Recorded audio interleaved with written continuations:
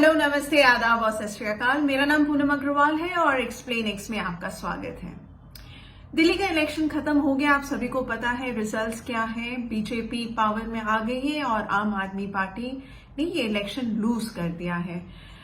और जहां तक हमारा सवाल है, मेरा मतलब है मेरा या कुछ सिविल सोसाइटी मेंबर्स, वो हमेशा एक चीज पे ज्यादा ध्यान देते हैं कि क्या इलेक्शन प्रोसेस फेयर तरीके से हुआ है कि नहीं। सत्ता में लोग आते जाते हैं, पॉलिटिकल पार्टीज हारती जीतती रहती है, वो तो चलता ही रहेगा, लेकिन हमारा मेन पर्पस ये होता है इलेक्शन पे नजर रखना, क्योंकि हम चाहते हैं कि इलेक्शन प्रोसेस सही तरीके से फ्री और फेयर मैनर से हो और इसी पर हमारी डेमोक्रेसी निर्भर करती है।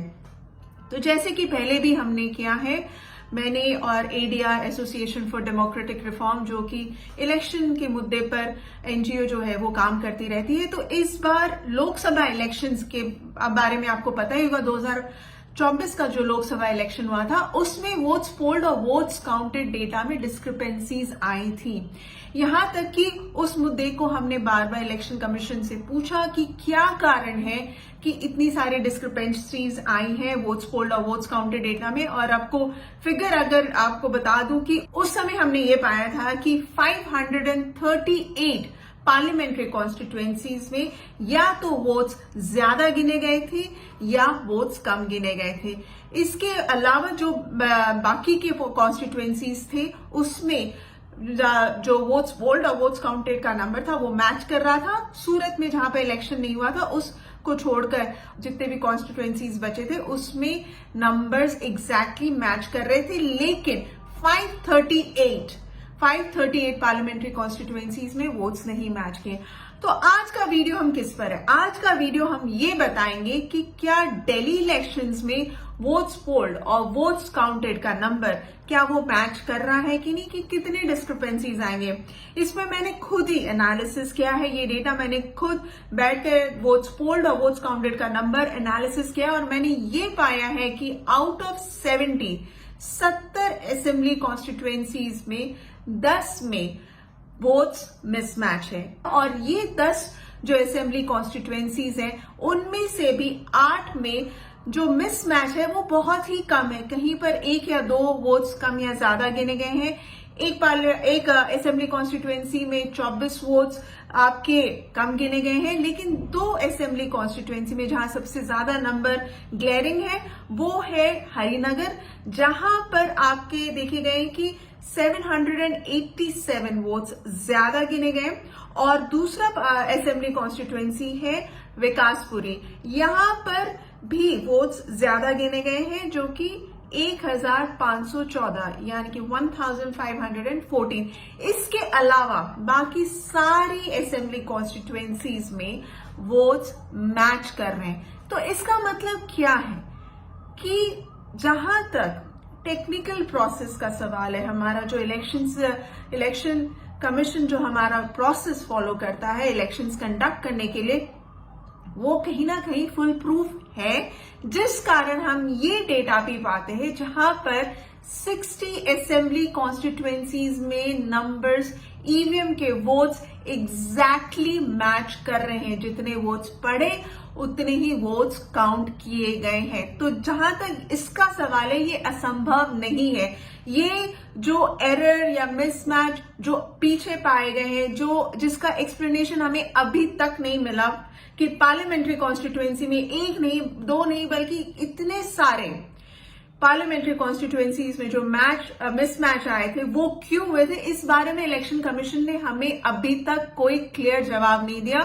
पहली बात। दूसरी बात, उन्होंने हमें ये भी नहीं बताया, जो कि उनकी जिम्मेदारी, कि अगर वो मिसमैच आया तो उन्हें पार्लियामेंट्री कॉन्स्टिट्यूएंसी वाइज हमें बताना चाहिए था कि ये कारण था जिस कारण वहां वोट्स कम या ज्यादा गिने गए। तो वो जवाब हमें नहीं मिला, जिसके ऊपर ऑब्वियसली लोगों को डाउट रहा। लेकिन अब जब हम ये डेटा देखते हैं तो इससे एक चीज और क्लियर हो गया कि जो आप बार बार कहते कि कई लोगों ने ये भी बोला था कि हो सकता है कुछ प्रॉब्लम हो गई होगी इसलिए मिसमैच आया, लेकिन अगर वो प्रॉब्लम उस समय हुई थी तो फिर दिल्ली इलेक्शन में वो प्रॉब्लम क्यों नहीं आई? ये दिल्ली इलेक्शन में भी सेम प्रॉब्लम आती है, लेकिन यहाँ तो नंबर एग्जैक्ट मैच कर रहे 60 असेंबली कॉन्स्टिट्यूएंसी में, और बाकी जो 10 कॉन्स्टिट्यूएंसीज है उसमें भी बहुत ज्यादा मिसमैच नहीं है। सो दिस प्रूव्स कि अगर इलेक्शन प्रोसेस सही तरीके से फॉलो किया जाए तो ईवीएम के वोट्स जितने पड़ेंगे उतने ही गिने जाने चाहिए, ना कम ना ज्यादा। और अगर ऐसा कुछ होता है तो इलेक्शन कमीशन हमें बताए कि वहां पर वोट्स कम या ज्यादा क्यों गिने गए। ये तो एक मुद्दा रहा। और इसके साथ मैं ये भी बता दूं कि जहां तक आम आदमी पार्टी का सवाल है, आप सभी को पता है कि आम आदमी पार्टी के जो कार्यकर्ता है वो काफी अलर्ट भी रहे। उन्होंने इनफैक्ट फॉर्म 17C के ऊपर एक वेबसाइट भी बनाई जहां पर उन्होंने फॉर्म 17C सारे असेंबली कॉन्स्टिट्यूएंसी से कलेक्ट किया और उसे अपलोड भी करा और वो पब्लिक भी किया उन्होंने कि यहाँ पर कोई भी चाहे तो वो पर्टिकुलर फॉर्म 70C उस कॉन्स्टिट्यूएंसी का वो डाउनलोड करके देख सकता है। इनफैक्ट जहां तक वोट्स पोल्ड का डेटा का भी सवाल है, वो भी इलेक्शन कमीशन ने काउंटिंग के एक दिन पहले यानी रात को करीब 9 बजे 8:30-9 बजे उन्होंने अपलोड किया था। तो ये वोट्स पोल्ड का डेटा हमें काउंटिंग के पहले मिला है, ये मैंने खुद एक्सेस किया। तो ये डेटा पे कोई शक करने वाली बात भी नहीं है।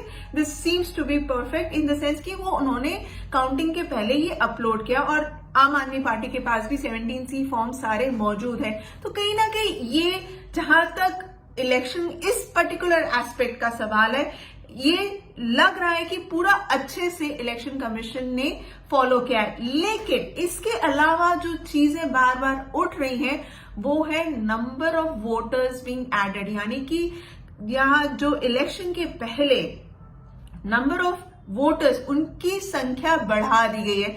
आपने पढ़ा ही होगा अभी हाल फिलहाल में द क्विंट में एक आर्टिकल आया था जिसको हिमांशी दहिया ने उन्होंने प्रॉपर एनालिसिस करने के बाद एक रिपोर्ट करी, डीप डाइव किया डेटा के ऊपर। उन्होंने ये पाया, जो क्रक्स उन्होंने पाया कि 4 लाख वोटर्स ऐड किए गए पिछले 7 महीने में, यानी कि जो लोकसभा इलेक्शन 2024 से लेकर असेंबली इलेक्शन फरवरी तक 4 लाख वोटर्स ऐड किए गए। ये भारी तादाद में नए वोटर्स ऐड किए गए। तो इस पर बार बार सवाल उठाया जा रहा है कि नए वोटर्स इतनी भारी मात्रा में क्यों ऐड किए जा रहे हैं, वो भी इलेक्शन के पहले।